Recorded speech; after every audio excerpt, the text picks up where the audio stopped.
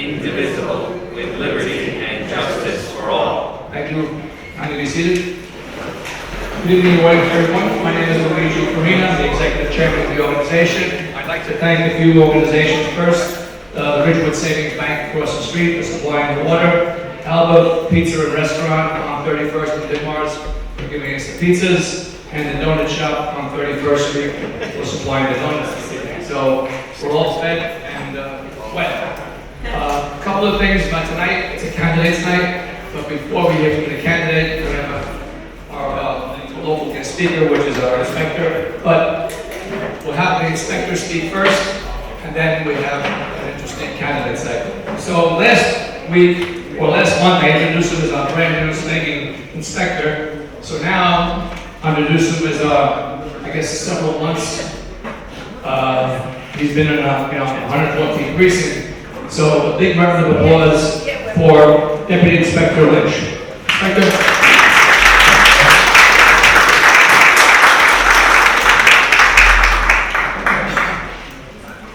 Good evening. I believe I introduced myself last time. Deputy Inspector Seth Lynch, been in the 114th precinct now for close to 2 months. Gave you the introduction last time. As is tradition, I'm going to go through some of the crime statistics for the previous month. And also I will try to put some sort of context behind the numbers, and then open it up to question and answer with some lingering concerns that I definitely am aware are still going on.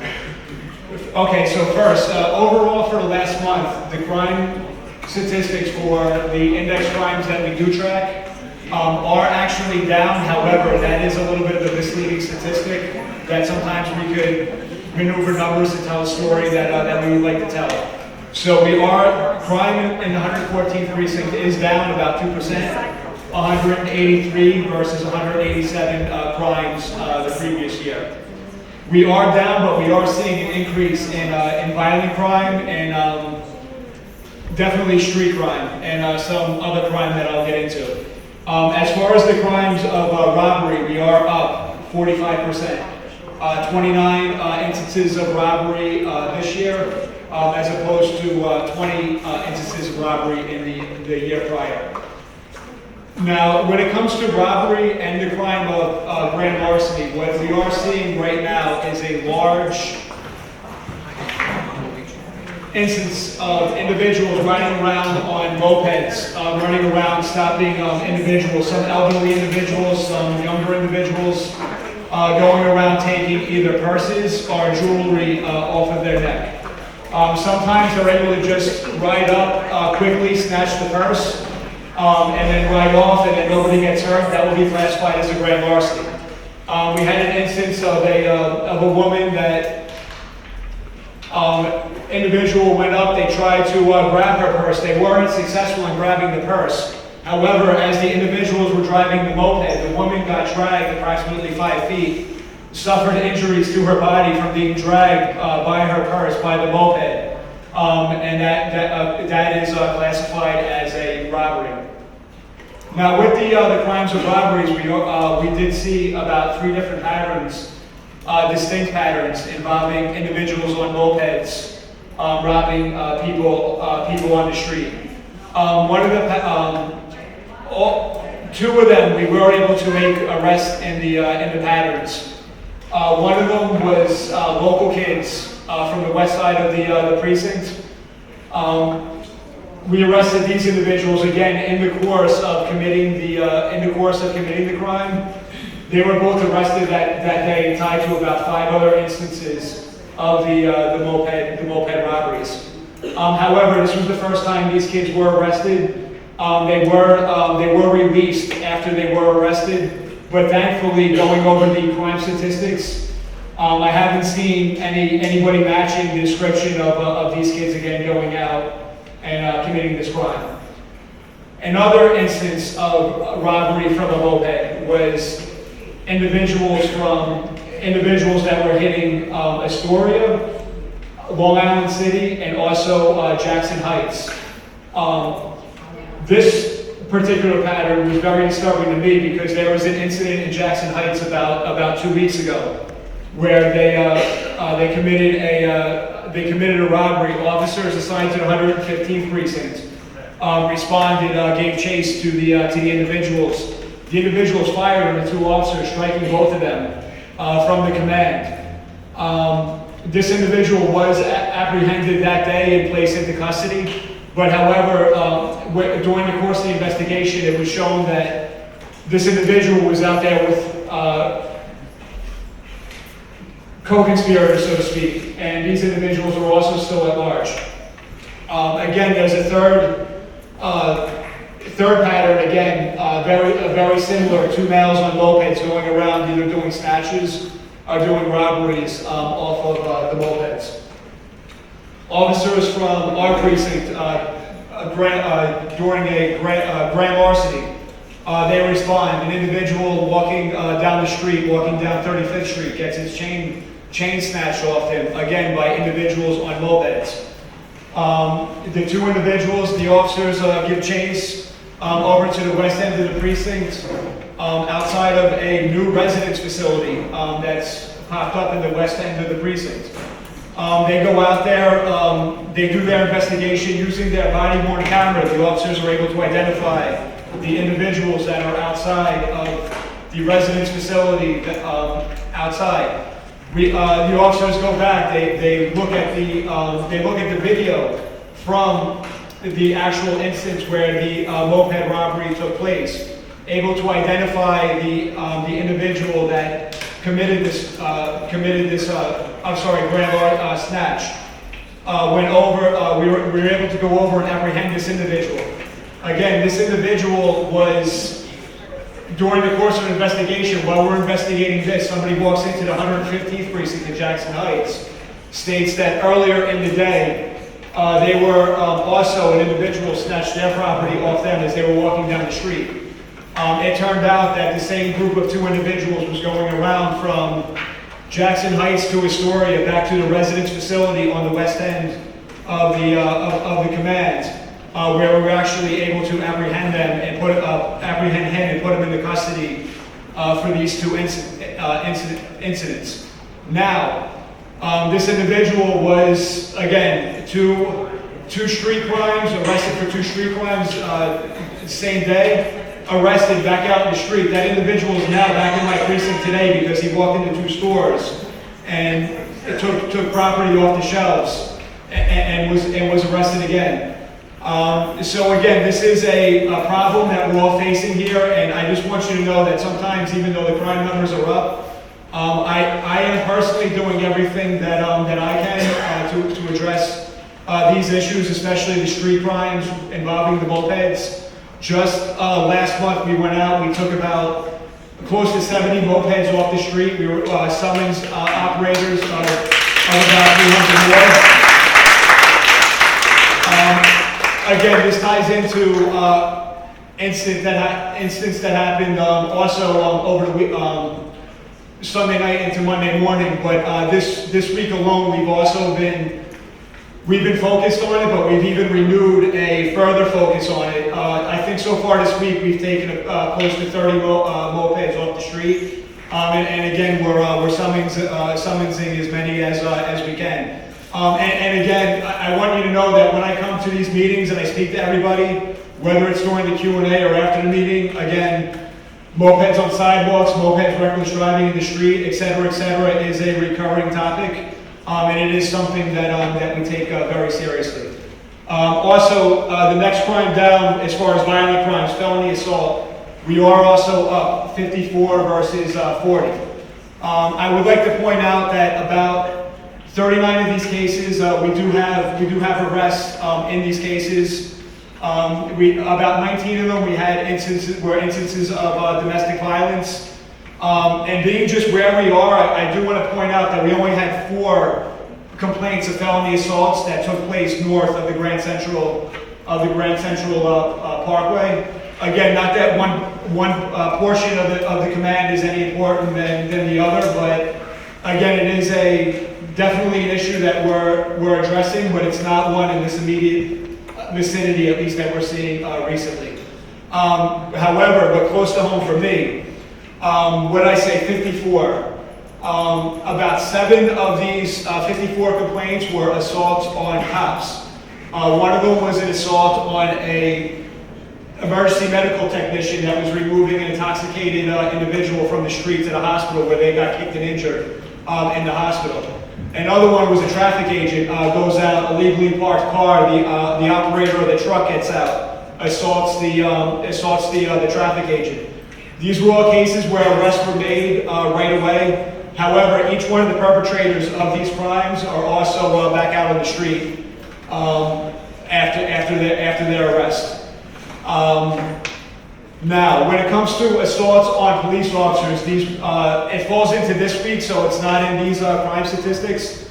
We did have an incident that was very noteworthy. Officers assigned to the Midnights in the 114 precinct, they're riding around about 4 in the morning.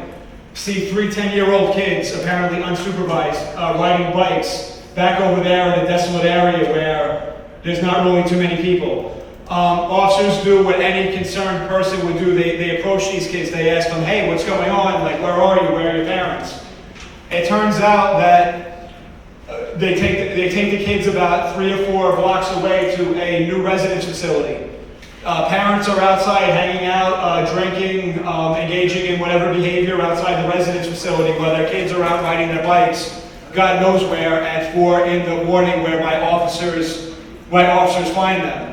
Again, my 2 officers in that car are very concerned. They go approach an individual a female that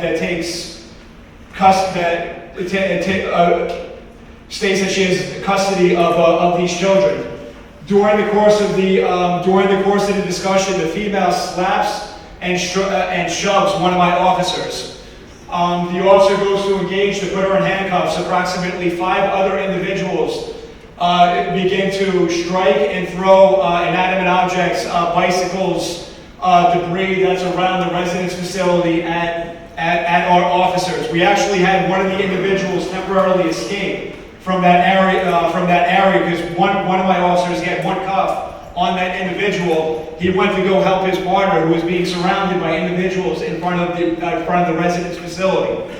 We were able to apprehend the one that escaped about an hour later with help from the officers from the housing district and the police service area. And during the course of the investigation, we were able to get all 6 of these individuals into custody. And I am very happy, grateful for the DA's office for helping us out. The individual the woman that initially struck the officer, she's held in until her court case gets handled. And the other cases, we were able to at least get a bail on these individuals, that they will at least remain in custody until they're able to see a judge for, again, assaulting my officers for basically just looking out for their children. Again, I'll be around for burglaries also were down 14 versus 17. Noteworthy here, we had an individual that was, we caught him in 2 instances, one from a storage facility in NYCHA, another one from a residential facility where he goes into the locations, he takes copper pipes. We arrest him, we have a solid case, we present the case. Individual gets charged with burglary back out on the street. About 2 days later, after he's back out on the street, what does he do? He goes out, we arrest him again for another burglary that took place after he was let out. We arrest him, we plead our case that this individual should probably not be walking out in the street. This individual is back out in the street waiting to go back. Hopefully he'll show up again to go back to court for his 3 cases. The crime of grand larceny, we are even. I believe the numbers, 64 versus 64. But again, there's different ways because the crime of grand larceny is pretty wide, has a broad breadth of what would constitute a grand larceny. Even though the number, the overall number is, in fact, even, we are seeing a higher instances of, again, snatches, primarily from individuals on mopeds or city bikes that ride up to individuals, either snatch their purse or snatch their chain and ride off. And also, unfortunately, again, I am seeing an uptick in the scams, the phone scams, especially with some of the elderly, where individuals call up, they give them some story, and the next thing you know, somebody's bank account is compromised, and there's money missing. The crime of grand larceny, it's still a high number, but it is down. It's down about like 50-something%. We have 20 for this year as opposed to 42 for the previous year. I believe last time I was here, it was only like my first or second week or so. I did articulate an issue that you were seeing up here at the northern end of the command, where some of the newer model cars are being accessed with electronic computer type devices where they could open up the locks, get inside, start the ignition, and then drive off.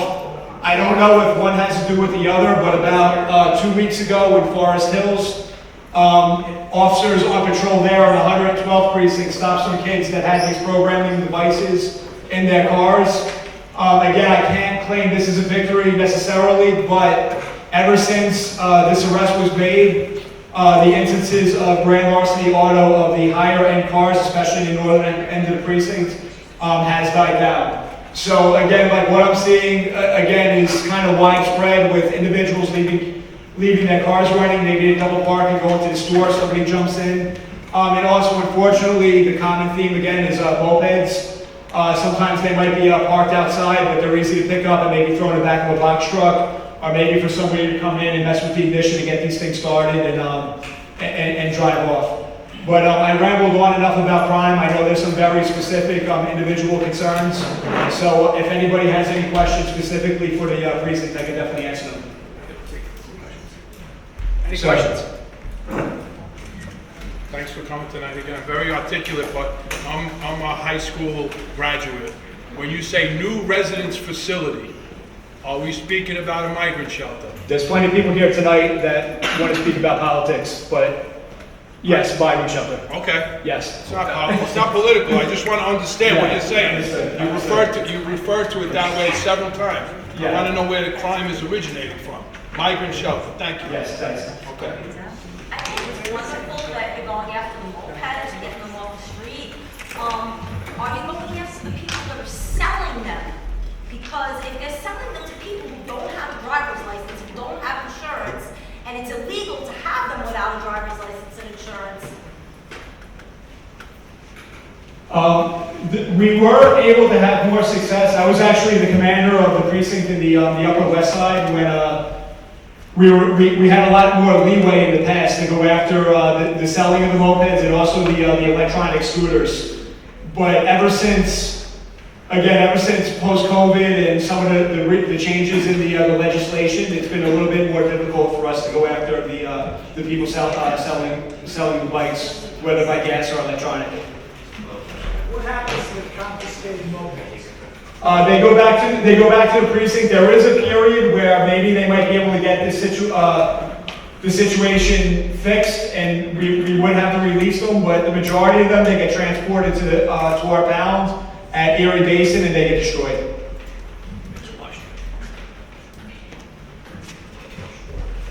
Do you notice that a lot of the crimes that are occurring are from repeat offenders, and as soon as you make the arrest and it actually sticks, that crime goes down? Yes and no.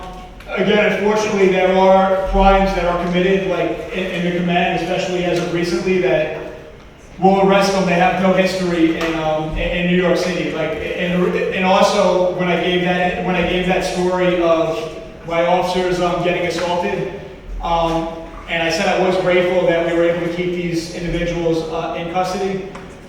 I was very happy because these were people for the most. I think one of them might have did like a shoplifting or two, like in the past, and I'm talking about like the past like 6 months to a year. But for the most part, like these are individuals that we've never seen or heard from in the past. But when the individuals are repeat offenders, we do have better luck in keeping them into custody, just in light of some of the recent registration. But then also too, by nature of the Astoria neighborhood, we do have a lot of individuals, whether migrant or whatever, but we also do have individuals coming from outside the city, even like outside the state, to come visit the other nightlife establishments, etc. So sometimes those individuals might get arrested and they'll be back out on the street also. Thank you. Last question. We have a packed agenda tonight. Anybody else? Last question. Are any of these individuals legal or illegal? What's that? These individuals arrested, are they illegals, no, illegals? We don't ask, but I think the immigration situation is a little bit complicated right now, because I think once you come in and you ask for asylum, I think that automatically takes away that status from you. Last question is. Yeah, I'm the co-chair of Friends of Whitey Ford Field. I've noticed that mopeds and dirt bikes weaving in and out, and there are kids running up and down on the side of the field, and I'm wondering what you can do about that. Where? Whitey Ford Field, 26th Avenue, 2nd Street. Story housing. Deal down there. Yeah, I'll send people. We're over there. I will send people over there this week, and we'll It see what we happened in do. the evening particularly. So I was down at the game last night, and kids were walking around, and then these mopeds suddenly shoot out and start weaving around in the pavement. Yeah, I would be very happy to go over and enforce that, and so with my officers, and we'll definitely make our way over there. Okay, nice round of applause for Inspector Mitchell. Thank you so much for your service. Next part of the agenda is we'll be hearing from our candidates. It's candidates night. Everyone from the major parties was invited, especially if they're being opposed by someone else. And first, the way that we'll do it tonight, they have about 10 minutes to speak. We'll give you a little warning sign about 7.5 minutes, and if we wrap it up, then we'll have a couple of questions for the audience. If you have the whole 10 minutes for yourself, then I'd rather have questions for the audience. So about 7.5 minutes, I'll give you a little high sign and wrap it up. Okay? The first candidate we have is a gentleman that's running for the U.S. House of Representatives, which is Congress, and this is Mr. Marty Dolan. Mr. Dolan, please.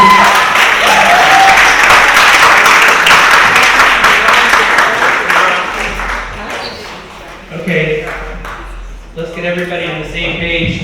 If you have one of these flyers, okay, we're going to go by this. If you don't have one, you should get one. We're talking about the June 25th primary, which is on Tuesday, and I'm running against AOC, who you may have heard of.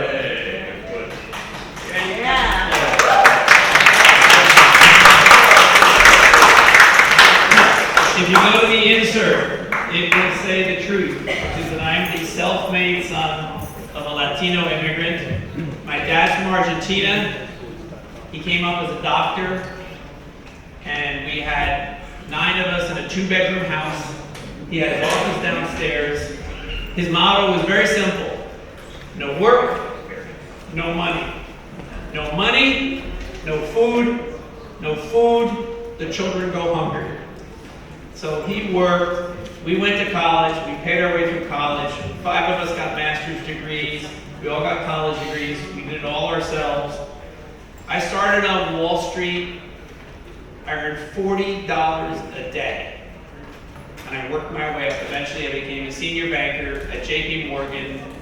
I represented the United States all over the world, and I was a senior banker at JP Morgan during the financial crisis and untangled all types of complex problems, including the disaster at the World Trade Center and the various disasters that take the world over every once in a while. If you go to the interior page, just to be consistent, I'm running as a moderate Democrat.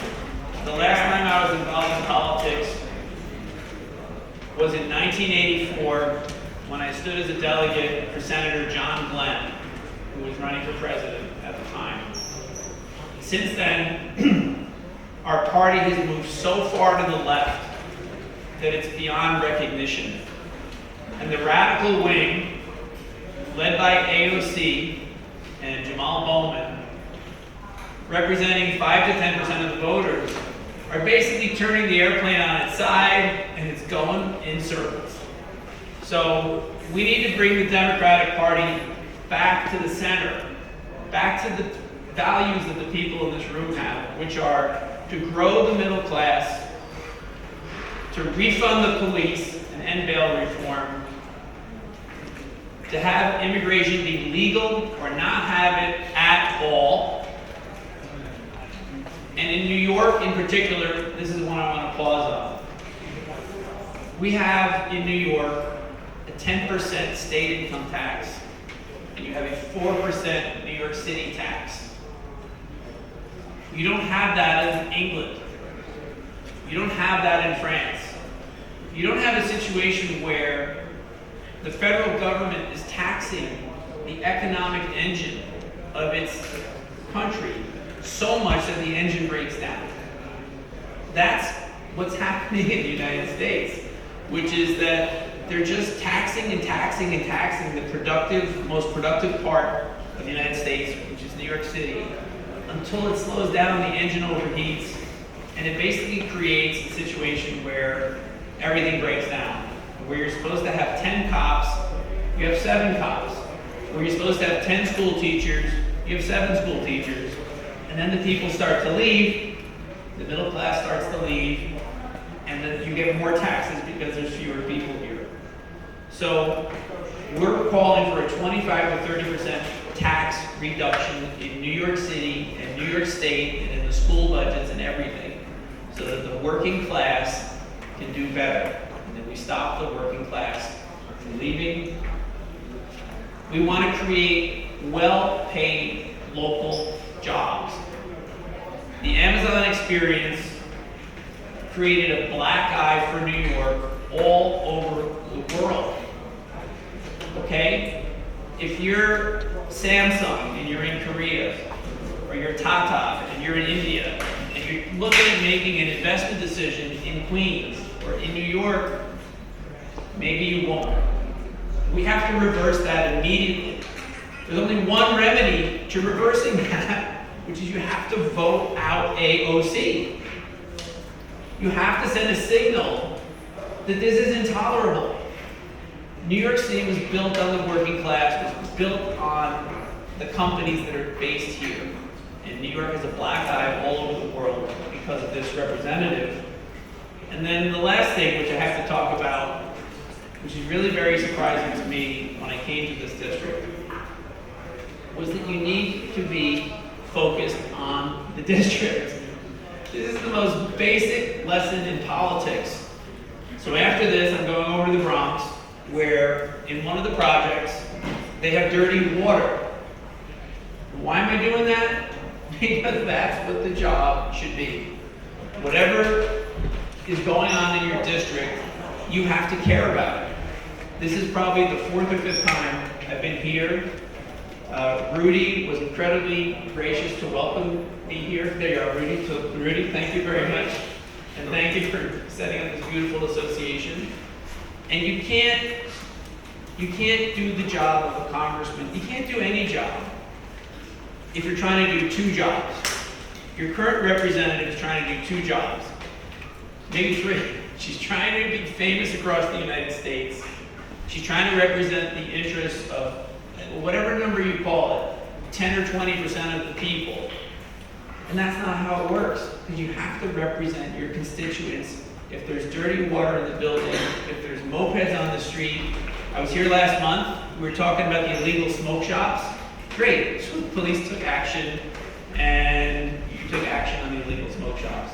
So that's basically it. I think so much has been said about AOC that I'd like to take some questions that are about me if you want, or about anything, but it's pretty straightforward to me. I think she's been a terrible representative of the people of this district. I think she's been a poor representative of any district, and we have to vote her out. That's what I'm asking you to do on Tuesday.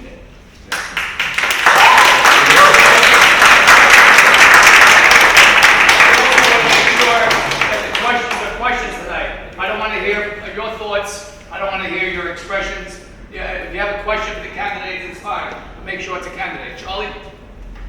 What would you do about bail reform? How would you go about returning to the point where, someone punches someone in the face, they get a ticket at the desk instead of going to jail to Rikers?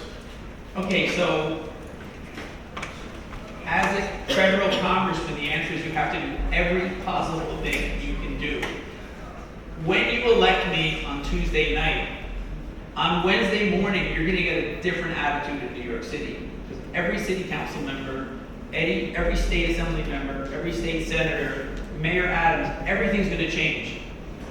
So they're gonna say, the voters of Astoria and Queens and Bronx have said they've had enough of this BS. What I would specifically do, if I was in charge of bail reforms, I would give the judges more leeway. A judge is somebody who's not only, look, go to college, that's hard. You go to law school, that's really hard. You practice as a lawyer, now you're a judge. You have to give the judges more leeway and have smart bail reform. I understand the concept that they say bail reform is not fair to the various races, but you can't be in front of a judge 2 times in one day. That's what I would do if it was up to me. Okay, another question, please? Anybody? Questions? Big No round of- questions about the air conditioning? Big round of applause.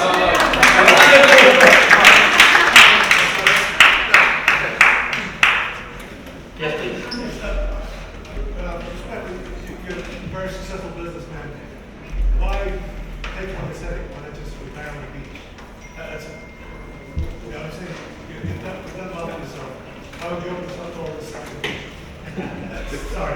The question was, I was a very successful businessman, why am I doing this? It's aggravation. Why not go far? It's not aggravation. It was aggravation for me not to be doing it. So, someone has to do this, and I saw an opportunity and I jumped in, and that's what I've done in my whole business career, is kind of go against the flow. And, I'm not even close to retiring, I'm just getting started.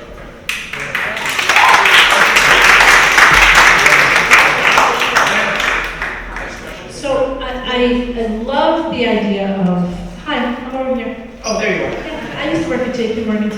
Okay, great. So I love the idea of this 25% tax rate. That's so wonderful. But I'm a math person, right? What's your plan? If you're going to reduce taxes by 25%, but you're going to give me more police officers and teachers, how are you going to do that? Where's the money coming from? It's a great question, and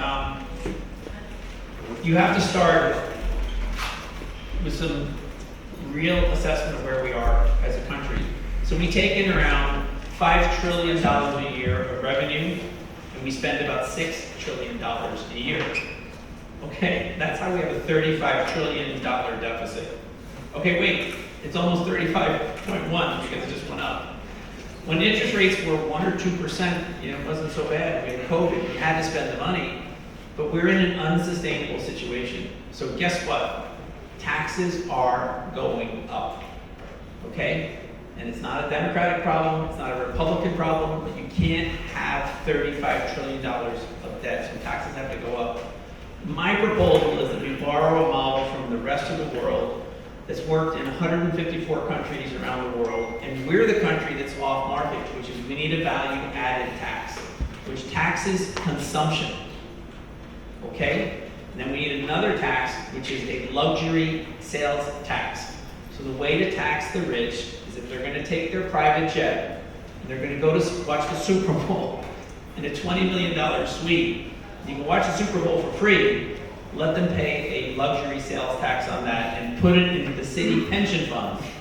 Because every rich person, I grew up in a village next to the village that produced Mark Zuckerberg. Mark Zuckerberg is Mark Zuckerberg because of his school teachers and his policemen and the firemen who created a community that produces Mark Zuckerberg. It produces Jeff Bezos. So my proposal is that we raise taxes through a national sales tax, a national value-added tax, which works all over the world. It's a proven system. The Brookings Institute says it's completely feasible, and a luxury sales tax. And we use that to relieve the northern cities of their expenses, and that lowers taxes here. Big round of applause for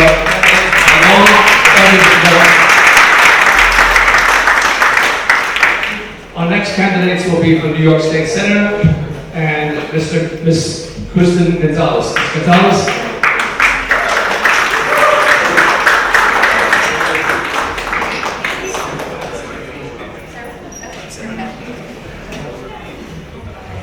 Hi everyone.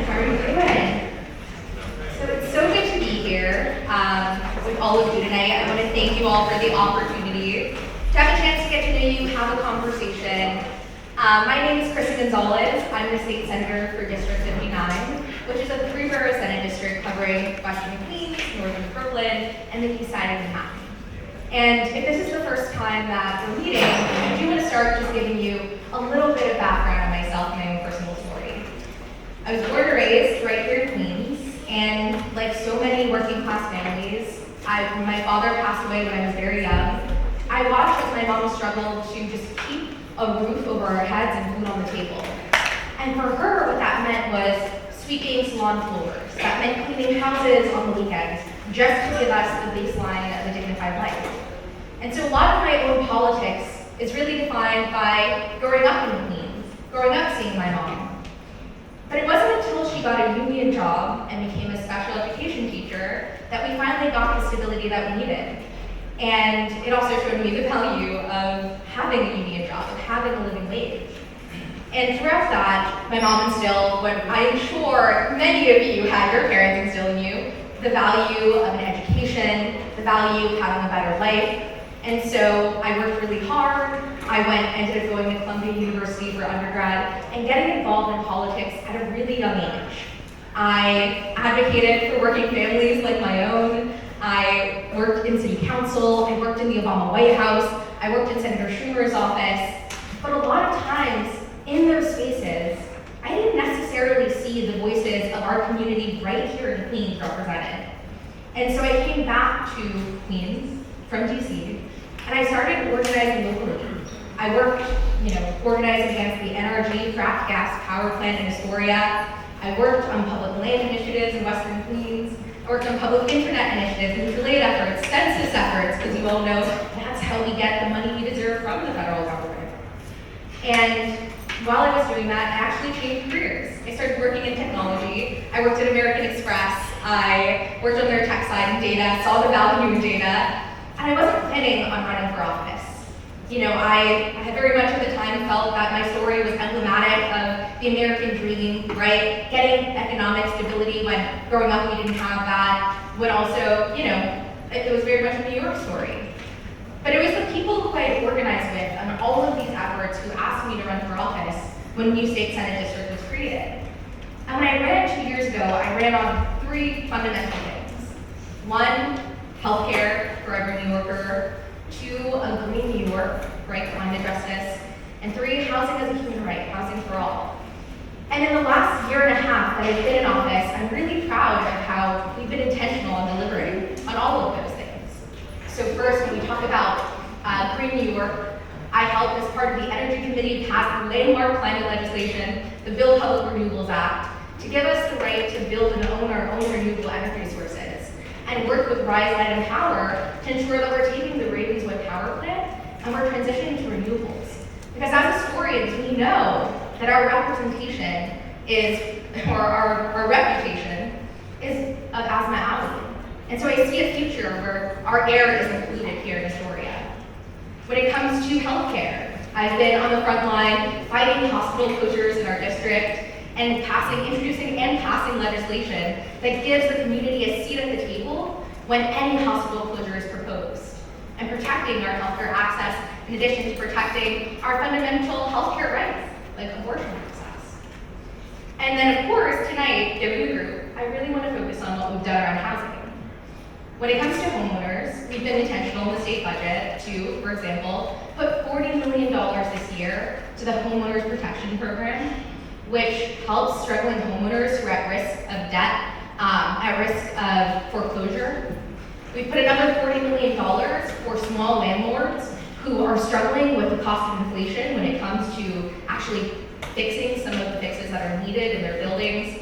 We put $150 million into a first-time homeowner program that not only incentivized the building of housing, but the building of affordable housing and our collective ownership of it.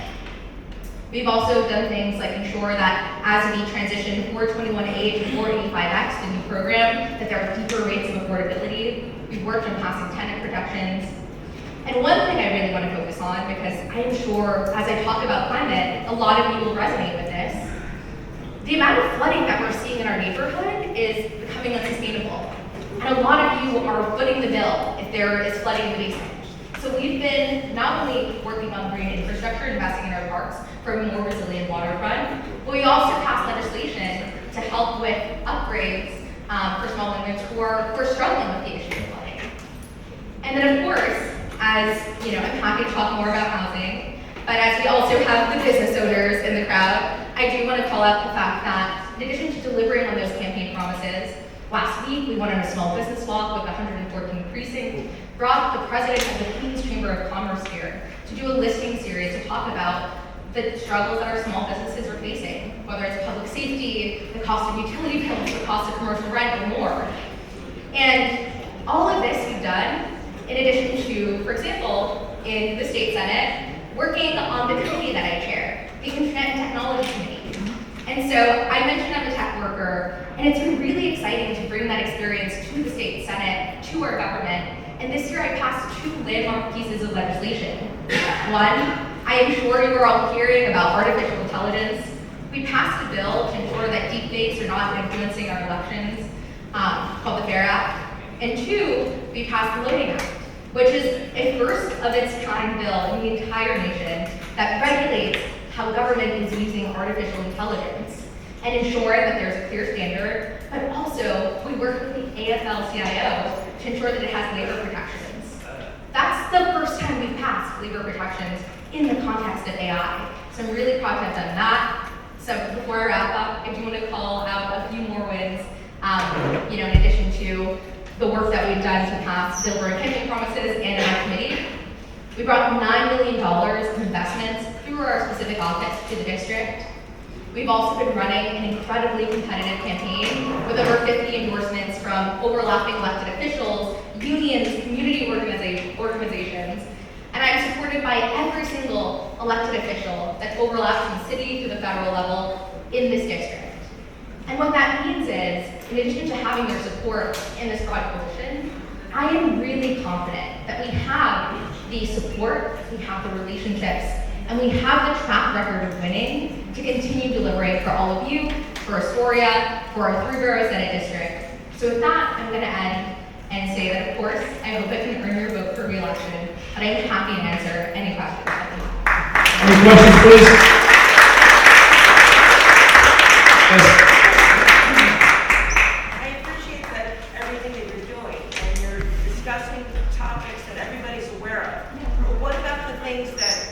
Not see. For instance, you had mentioned about the Ravenswood power plant, and you were saying that it was Asthma Alley. The reason that it was called Asthma Alley is the smoke that used to come from the Ravenswood plant was a black, heavy smoke. And the reason that people were developing asthma is that black, heavy smoke is very acidic. That never changed. What they did was they dyed the smoke white because white smoke doesn't look as damaging as black smoke.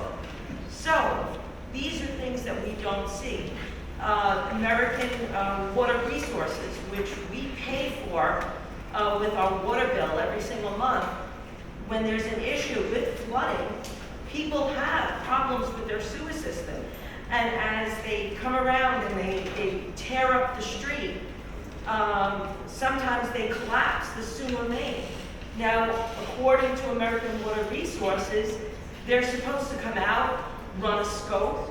They don't. They send plumber after plumber after plumber. They don't run the scope. There's a crack in the sewer that we don't see that allows for the water to come up into the person's house. They have continual flooding.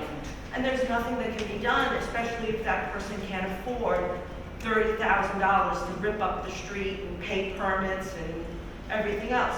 So how are you going to address the problems that we don't see and that we're not technically aware of? Like, we see white smoke, we think it's safe.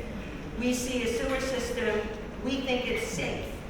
And we're not being protected because we don't have people that are going to bring these to light and tell us, hey, this is a problem, we need to address it.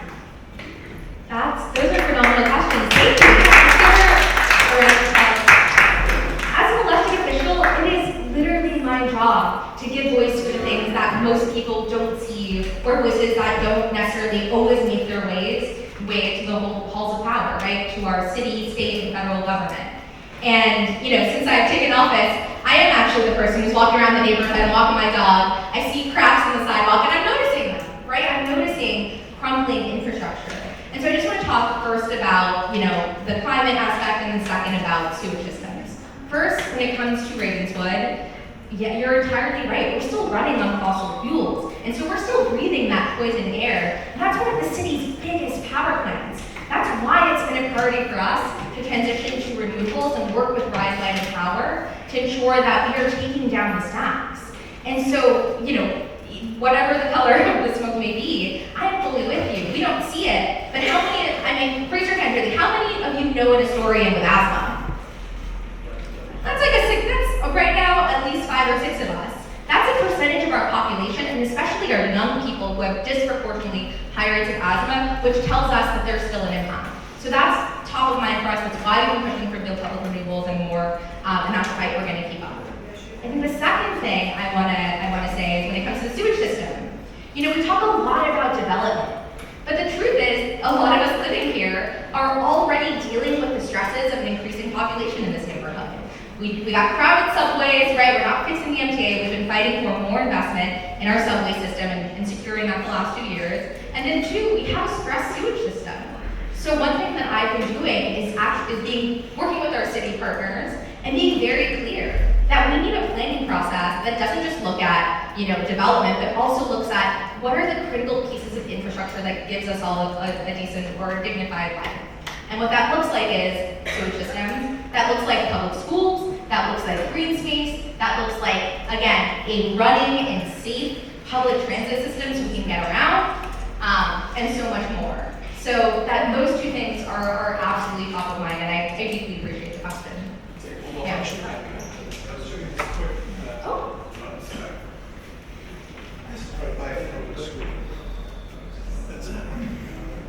Yeah.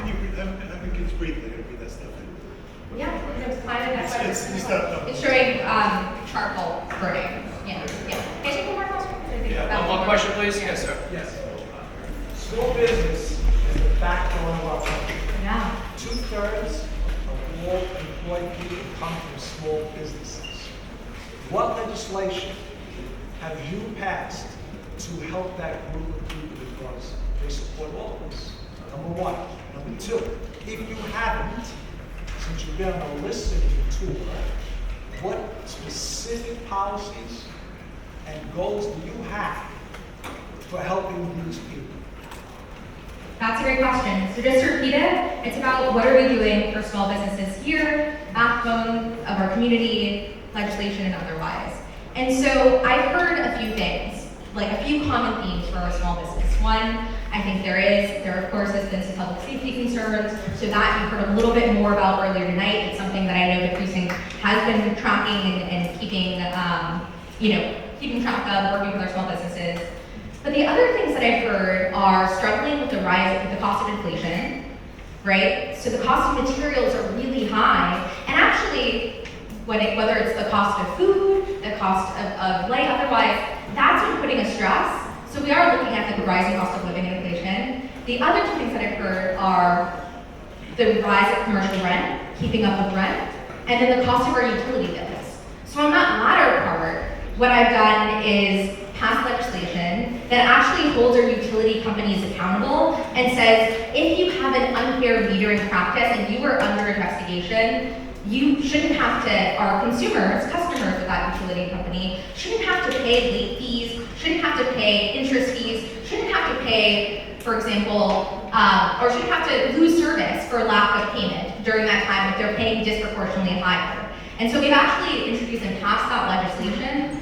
But of course, we talk about rent, commercial rent. That's something that there are bills that are already introduced at the state level to help small businesses with rent. It's something that we support, it's something we want to look into. And, essentially, with this community, I think where it also would be really helpful and what we've been intentional about doing is building a network of small businesses here. So when we push for legislation or introduce legislation that reflects the struggle of small businesses here, we have a group to help lobby for it and push for it at the state level. That's why I brought the president of the Queens Queens Chamber of Commerce with me on that listening tour, so that we're bringing light to these issues, but we're also, as we fight for justice for our small businesses, we have a broader network to support that. So a little combination of both, yeah. Thank you very much.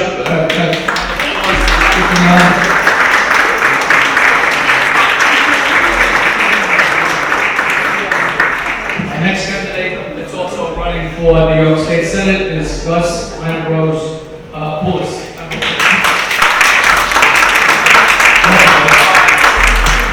Thank you everybody for being here. Thank you Astoria Homeowners, Tenants Business Civic Association for hosting this forum. As a proud child of Astoria and a former member of the association board, I am proud to be here tonight with my neighbors, family, and friends. Our hope for a better New York comes from our shared roots and journey which built the diversity of our neighborhoods. Like many of us New Yorkers, I am proud son of immigrants who arrived here with a few bucks in their pockets hoping for a better life. My parents arrived in America unable to speak English. They worked hard day and night at a minimum wage job to pay for a one-bedroom apartment. Times were hard, but my parents worked hard in pursuing the American dream that gave us hope.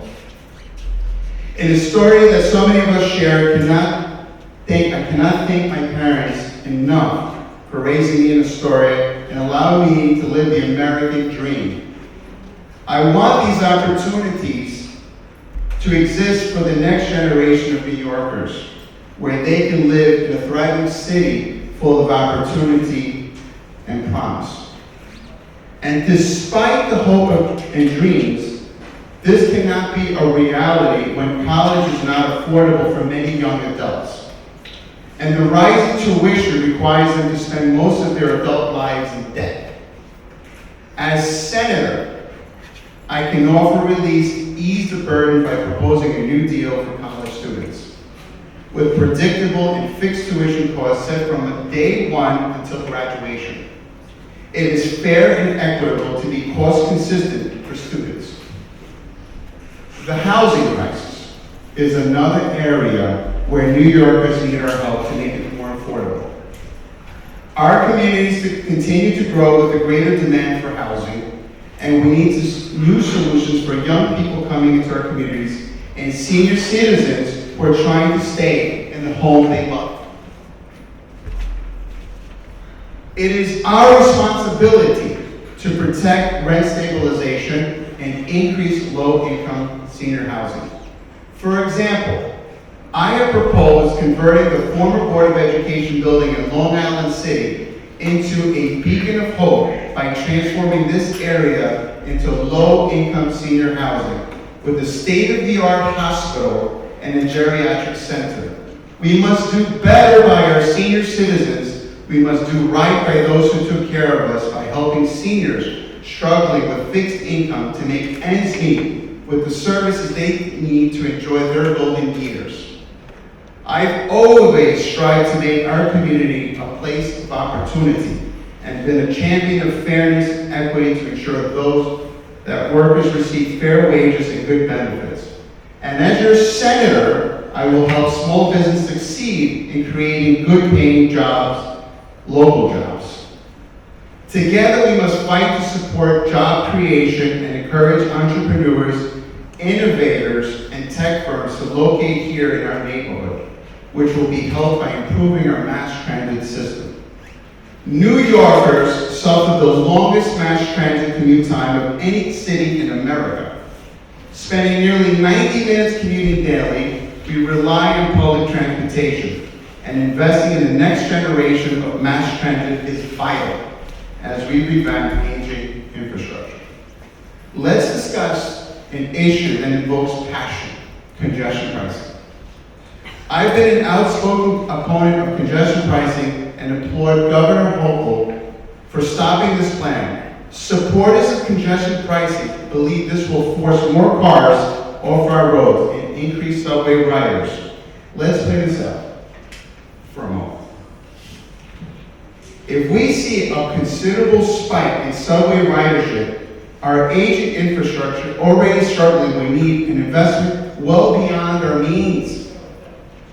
Even worse, the plan only commits 17% of your money to mass transit system, which will take decades to complete.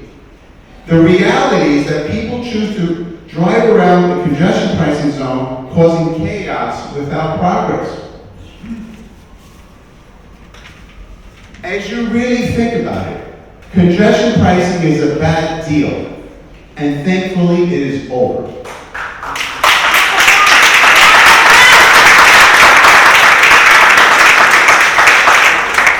Thank you.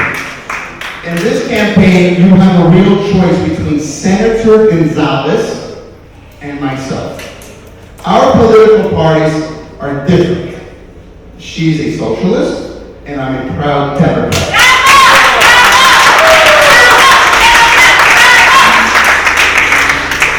And I raised the issue of great concerns about Senate Bill 3161, known as the Rape is Rape.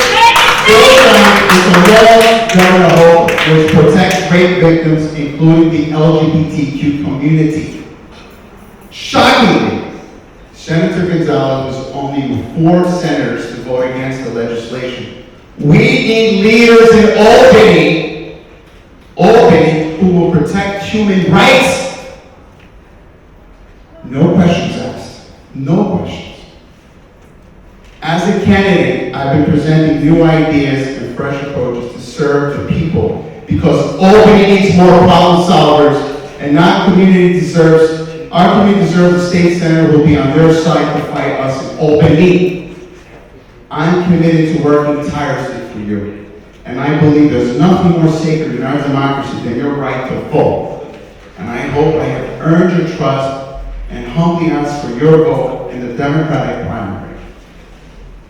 Thank you. And I look forward to answering your questions. Any questions, please? Candidate?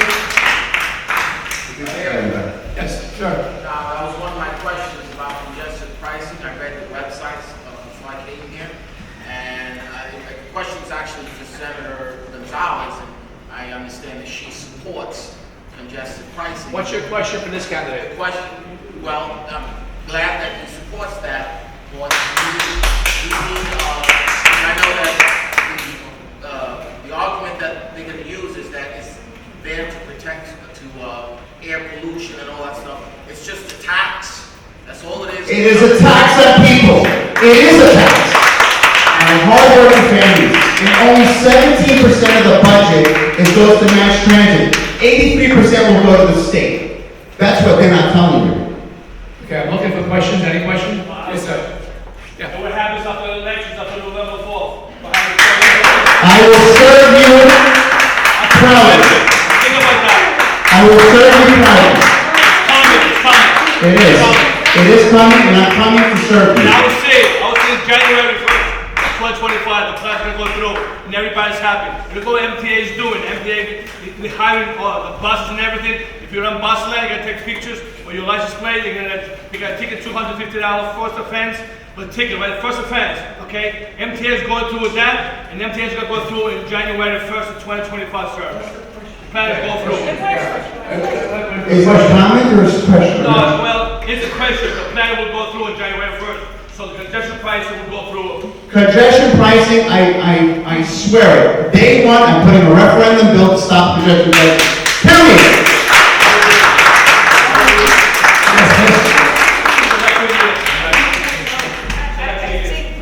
This will help everybody. Because you're saying that congestion pricing is now no longer going to occur, are they going to dismantle the radar detectors and cameras that are in place? And then if they dismantle them, we will know that the congestion pricing will not take effect. I love that, what you said. I wrote an op-ed asking Governor Hochul to remove congestion pricing equipment and all technology related to that to put it to rest. Period.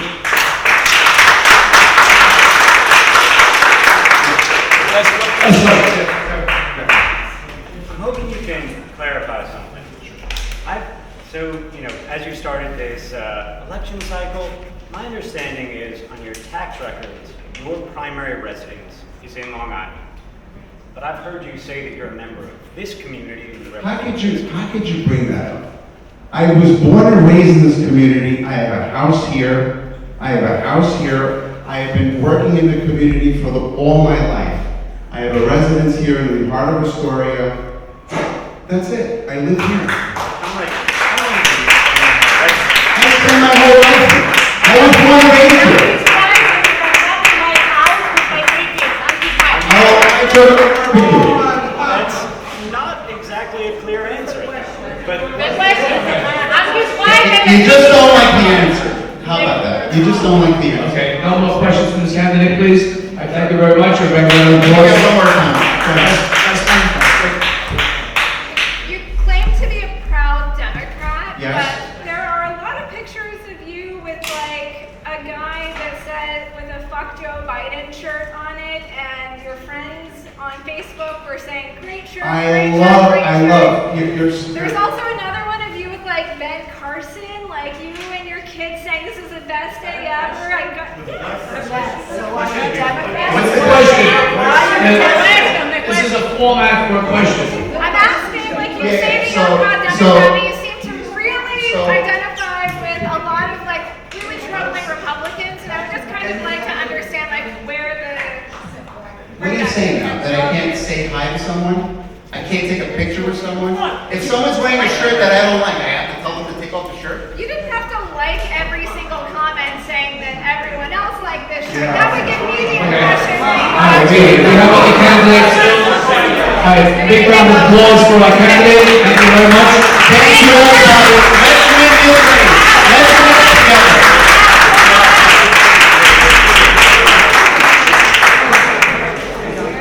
Ms. Gonzalez wanted to respond to a comment that was made.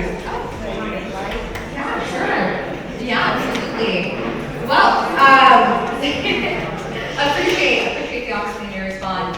You know, I actually wanted to respond to the comment about my vote around rape is rape. I wanted to respond because I am a survivor of sexual assault, and I want to be clear that my politics are informed by my lived experience. And this bill, I felt, was overly broad in definition, and while I wholeheartedly believed in the intent of the bill, I did believe that it could have unintended consequences, which is why this bill was opposed by district attorneys, opposed by public defenders, opposed by the chair of the Crime and Corrections Committee, who is herself a survivor of assault. And I think it's really clear that I have a track record of delivering for survivors, not only when I was organizing for survivors on my college campus, but through the work that I've done in the Senate, passing actual legislation and delivering bills that protect victims and survivors of economic abuse, domestic violence, and more. And I'm the only candidate in this race endorsed by Planned Parenthood, endorsed by women's rights organizations, Eleanor's Legacy, Downtown Women for Change, and more. And as a survivor, I know how jarring and triggering this issue can be. So I just want to say I'm happy to talk to anyone and provide support if they want to talk through the vote, if they want to talk through this issue. And I'm really committed to being thoughtful, doing my research when I vote on certain things. Now, I also want to say that, I don't believe my version of politics isn't necessarily one where I am taking swings at other people. But I do want to be clear about a couple of other things that were said and respond to them. Okay. One, congestion pricing. While we have been supportive, we also have been very clear that, for example, in the Manhattan side of our district, where we have working class workers who are impacted by this, service workers coming to New York to do their jobs, we have been supportive of exemptions for people on fixed incomes, low-income workers, and more. And then two, I also want to be very clear that in order to pass any legislation, in order to get anything done at the state level, you are only one of 63 votes. What you need is a coalition. What you need is support from your colleagues and relationships. And I'm the only person in this race, not only with a proven track record of being able to pass not only 14 bills this year, 7 through both houses, but the only one who has support from the majority leader, from the Democratic leader, deputy leader in our conference, and more. So So I do want to highlight that is how I've been able to deliver, and that is how I will continue to deliver. Okay, thank you for your response. Next set of candidates we're going to be for New York State Assembly. I'd like to first speaker Jessica Gonzalez Rojas.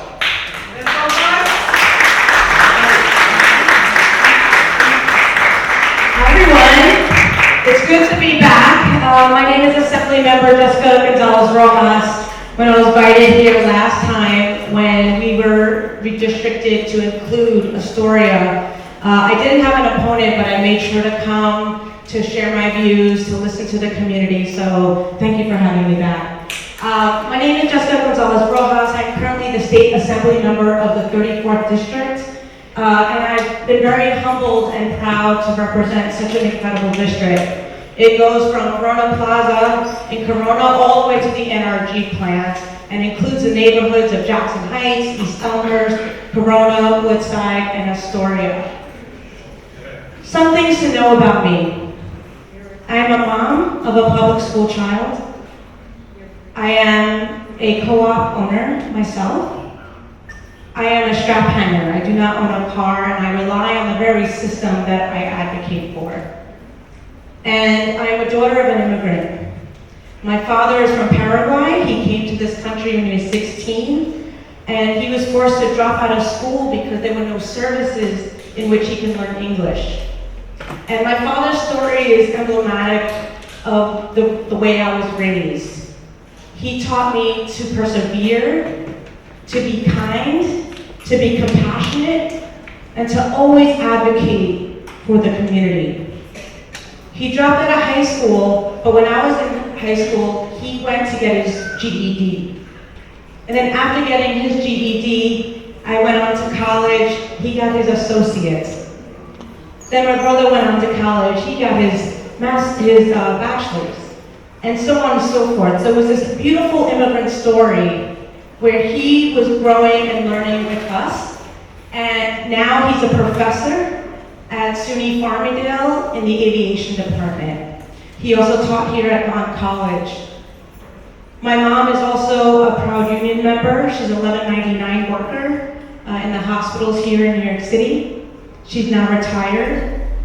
And the work that they've done and the background that they've provided for me has allowed me to be an advocate for workers, for immigrants, for children. As a mom, I am dedicated to improving our public schools and ensuring that every child has a shot. The last time I came here, I talked about one of my bills that I'm really proud to uplift. I have a bill that would provide universal breakfast and lunch for every single child in New York State. How many folks are parents or grandparents here? You all should know you cannot teach a hungry child.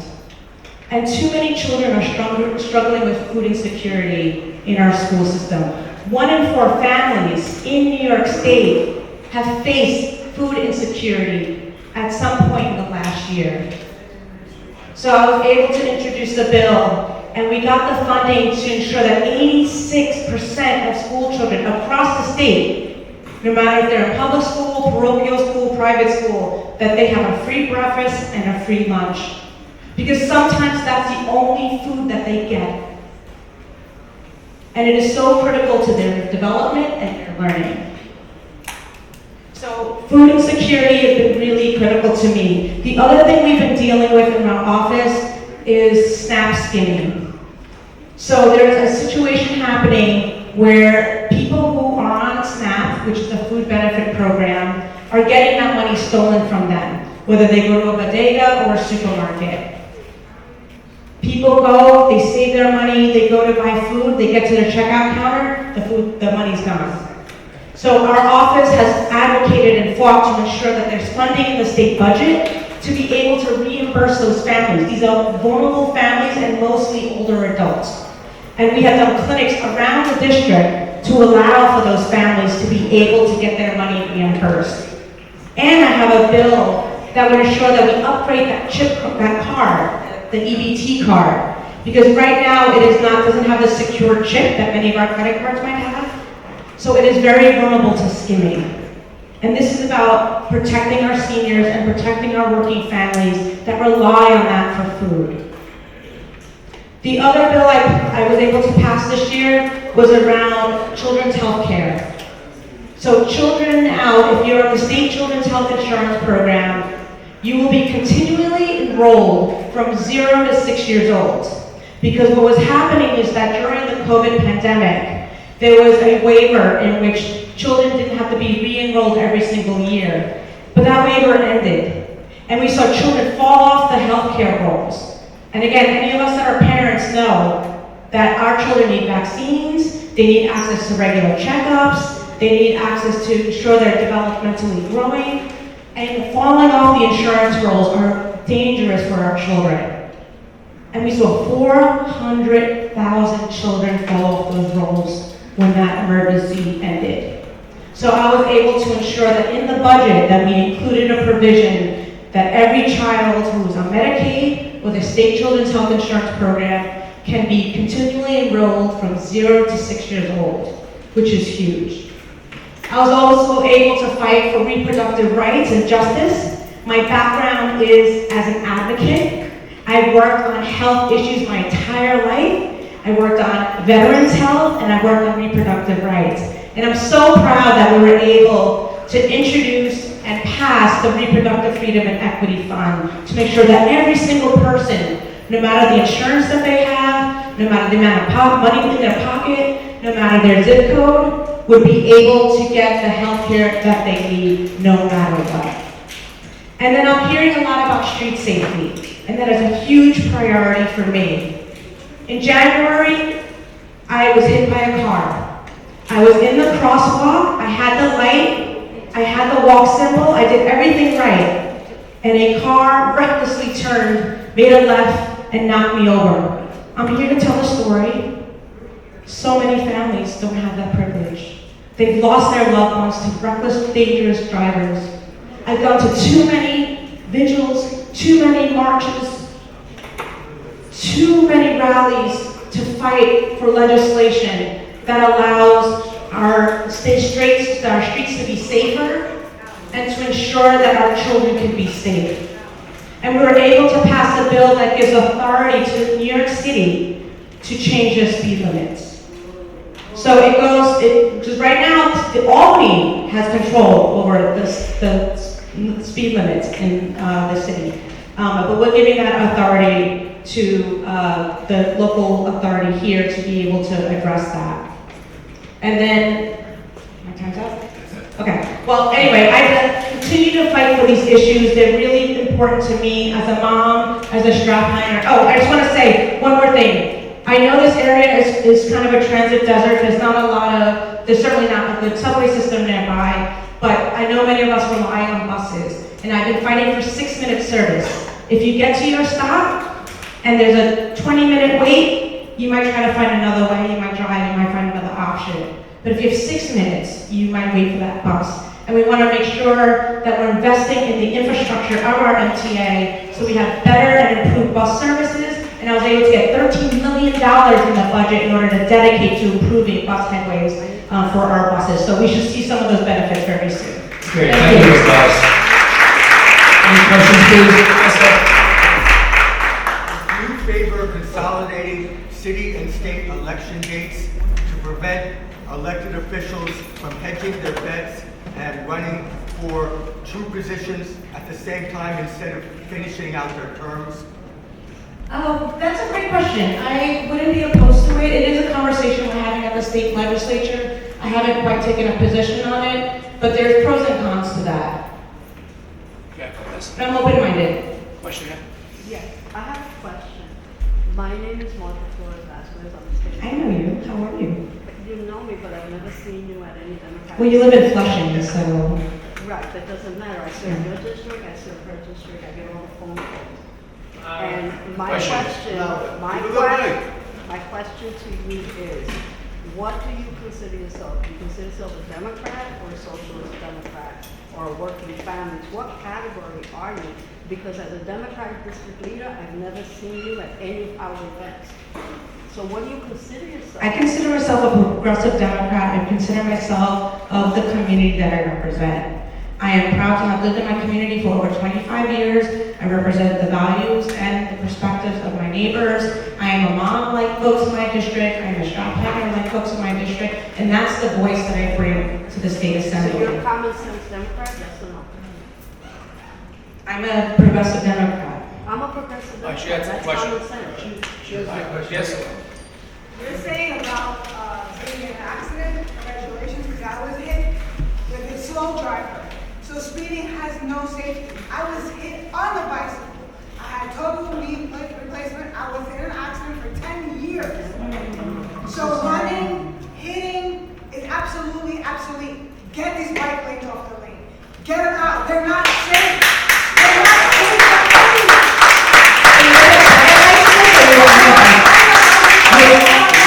At 5 miles per hour, I was 7 feet in the air. There is no safety. Well, we want safety. There's a million people riding bicycles in New York State. Well, I would not want you to have gotten hit by a car. My accident, I was wearing my helmet, I was following the guidelines, I did everything. So was I. So was I. I was walking. And I use public transportation, and I use public transportation. So don't say the speed limit is going to be reduced. Absolutely not. In case of an emergency, if a parent is pregnant or something like that, it has to go to an emergency. There's no ambulance. Well, now it's up to the city council to pass that law. Yeah, but you just said right now you're working with Albany to reducing the speed limit. What we passed, let me be clear, the bill we passed would allow the city of New York to change the speed limit. Right now, before the bill was passed, okay, ma'am, do you want to hear my answer? Okay, before the bill was passed, Albany had control over the speed limit in New York City. And there's a lot of other members who do not represent New York City. So it was important that we gave the authority to New York City to make that determination of the speed limit. Next question. The first question I had is, you said you had, first of all, thank you for coming tonight.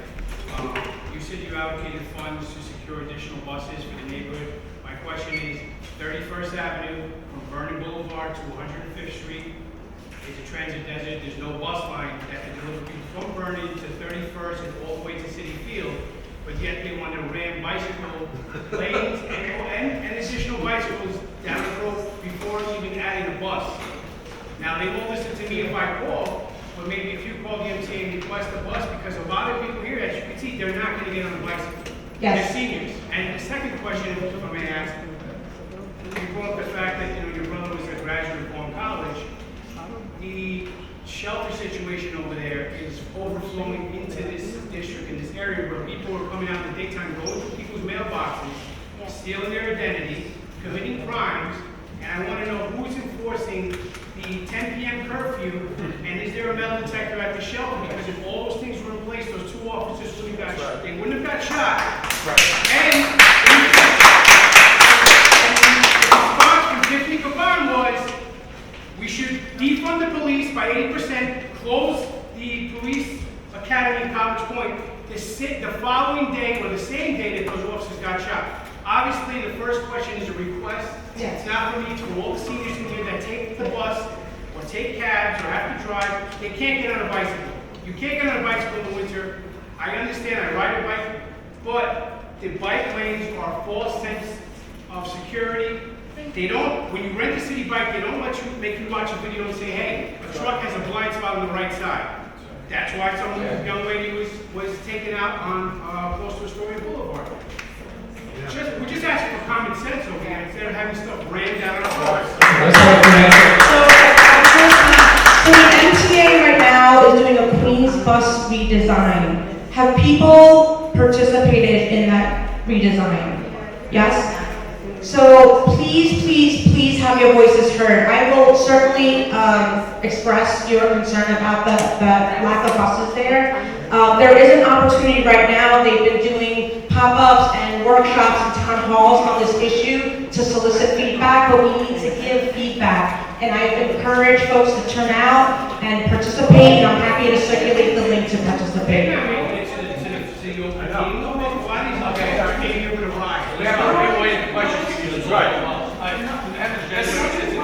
Question?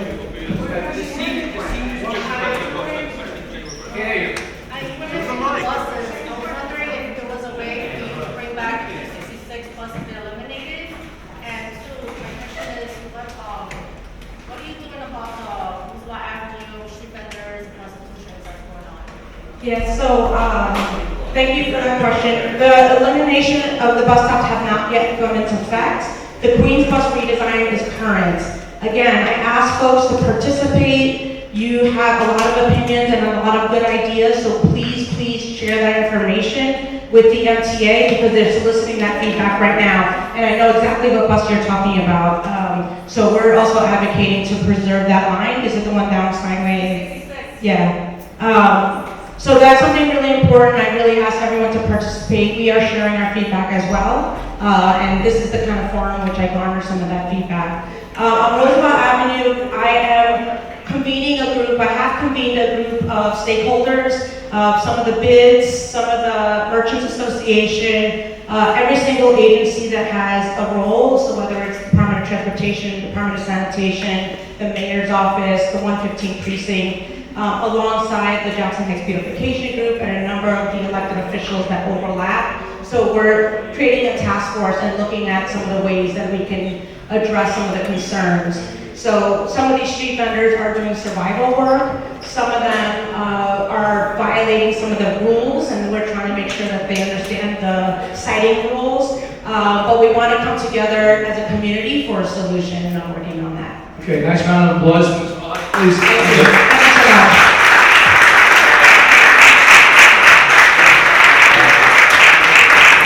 Our next candidate for New York State Assembly is Ricardo Pacheco. Ricardo? Thank you everyone for being here. I know it's hot and humid and you, but you showed up and I appreciate that.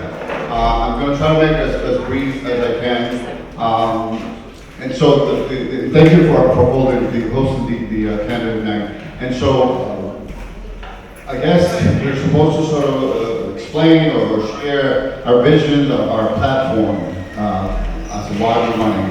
So why am I running? So the best way to understand why am I running, I'd like for you guys to know me just a little bit. And so I'll take a few moments to say I'm an immigrant. I came here when I was 13 years old, and the only word that I knew in English was no. And I went to Jamaica. I was in Hillcrest High School, and I was very lucky. I got the opportunity to have wonderful teachers that never called me brown, teachers that never said that I was underserved, underprivileged, or that I was a minority. My teachers called me Ricardo. And so I learned how to write, how to read, how to do everything in English, thanks to my teachers. And I was also taught civic and history and respect. I later on and joined the military. I'm a former Marine. And upon leaving the military, I became a police officer. I was a police officer over 23 years. And when I retired, I became the president of my cooperative. I was the president for 7 years. I'm still on the board. I was also the president for our PTA, IS 145, with 2 years. I was also the president for the Jackson Heights Co-op Alliance. I was also, I'm currently the president of the Seniors Advisory Board for the Self-Help North. And so the underlying theme here is that I always serve. I serve our country, I serve our city, and I'm serving our community. And so that you can understand why is it that this man here, you probably wonder, why am I running? Well, you know, as an adult, I lived here in New York City most of my life. I always believed and trusted that our local elected officials, you know, we voted them in so that they could make sure that we have public safety, that we have good schools, good funding, that we have affordable housing, that we have all these things that are common to all of us. But then I lost that trust, you know, because when I hear that a billionaire wants to take 50 acres of parkland, I expect our local elected officials to speak up. When I hear that the funding our schools, our libraries, and programs, senior programs, I expect our local elected officials to say something. When I hear that 2 cops are shot by an illegal immigrant, I expect and I demand that the local elected officials say something. I demand that the support team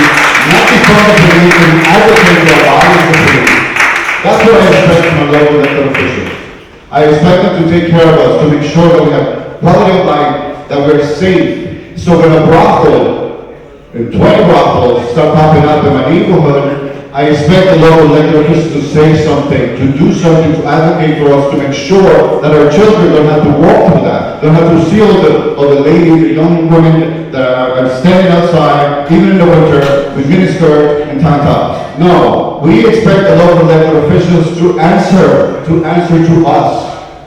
And so that's why I'm running, because I lost the trust. Because now it seems to me, and that's just my opinion, that local elected officials now, it seems like they're pushing the agenda for the special interests, for the billionaires, for City Bike, for Uber, for Lyft, for transportation alternative. They seem to be running DOT. And that's why the state now wants to give the city, lower the speed limit. Fine and dandy, but why do you do it now when transportation attorney runs DOT? Their commissioner doesn't do anything. It's all these advocates, transportation attorney runs everything, follow the news, follow everything, that's what they do. So I'm here now asking you to vote for me, June 25th. We the people can change this, only we can change this. If we sit here and expect the local electeds to come and tell you A, B, C, and everything that they're done, that's fine and dandy. But what are you doing for our safety? What are you doing about all this illegal immigrants that are coming here? Whether you want to call them illegal immigrants or you want to call them anything, I'm an immigrant. So I'm not against that. I am not against legal immigration. I will never be against that. My mother came here, 2 jobs. She worked all her life. And right now her pension is less than the $1,300 that every immigrant is getting when they get here. That is not fair. 35 years working, and she gets nothing compared to $1,300 a month. They get Medicare, my mother has to pay for that. So what are we doing here? I'm just asking you that on June 25th, we the people, vote. Thank you. Any questions, please? Yes. The DOT said that they were going to invest $88 more million in the 34th Avenue Street. How do we stop that? How do we fight that? How do we stop that? How do we stop that? $88 million was already invested, and they proposed to invest $88 more million. Right. So what they do is and I am totally I'm not against open streets. I am never against any programs that will benefit the community, and I will have to clarify that. But I think that the legal corruption that is taking place, and I live right on 34th Avenue, it is insanity because $88.8 million that they want to spend while all the schools around the area of 34th Avenue are being defunded. The libraries are being defunded. Our police are being defunded, but we need police officers in the neighborhood. But yet, we're going to spend $88 million to fix the streets that only benefit the privileged few because many people, especially our seniors, have no access. The accessory cannot get into the street. The fire department can get in there, and they can always say, oh yeah, there's space for it. But I was a cop, and I tell you, an emergency vehicle will never get through those barriers, but yet they want to redesign, so you know what that means. Sir? If I could get your name, and I think that you're running against Kirsten Gillibrand? No, sir. I'm running against the current citizen person here, Jessica Gonzalez Rojas, District 34, and my name is Ricardo Pacheco.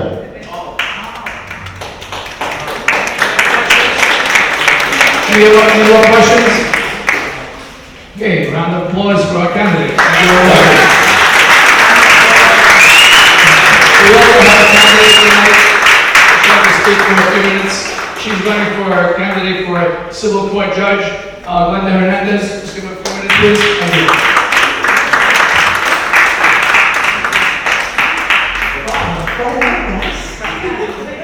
Well, first of all, I want to thank the Civic here for giving me the opportunity to address you. We had a judicial forum a while back, and I wasn't able to make it, but I'm here now, and I want to introduce myself, since I'm on the ballot. I'm number 2, by the way.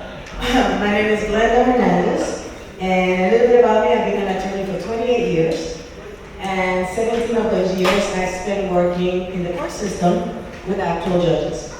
Right now, I'm actually working for another judge.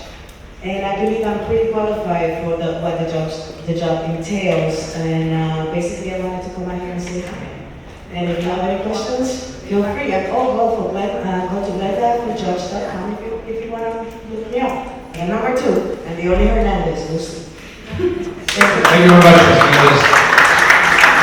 Just to let everyone know, there is no meeting in July and August.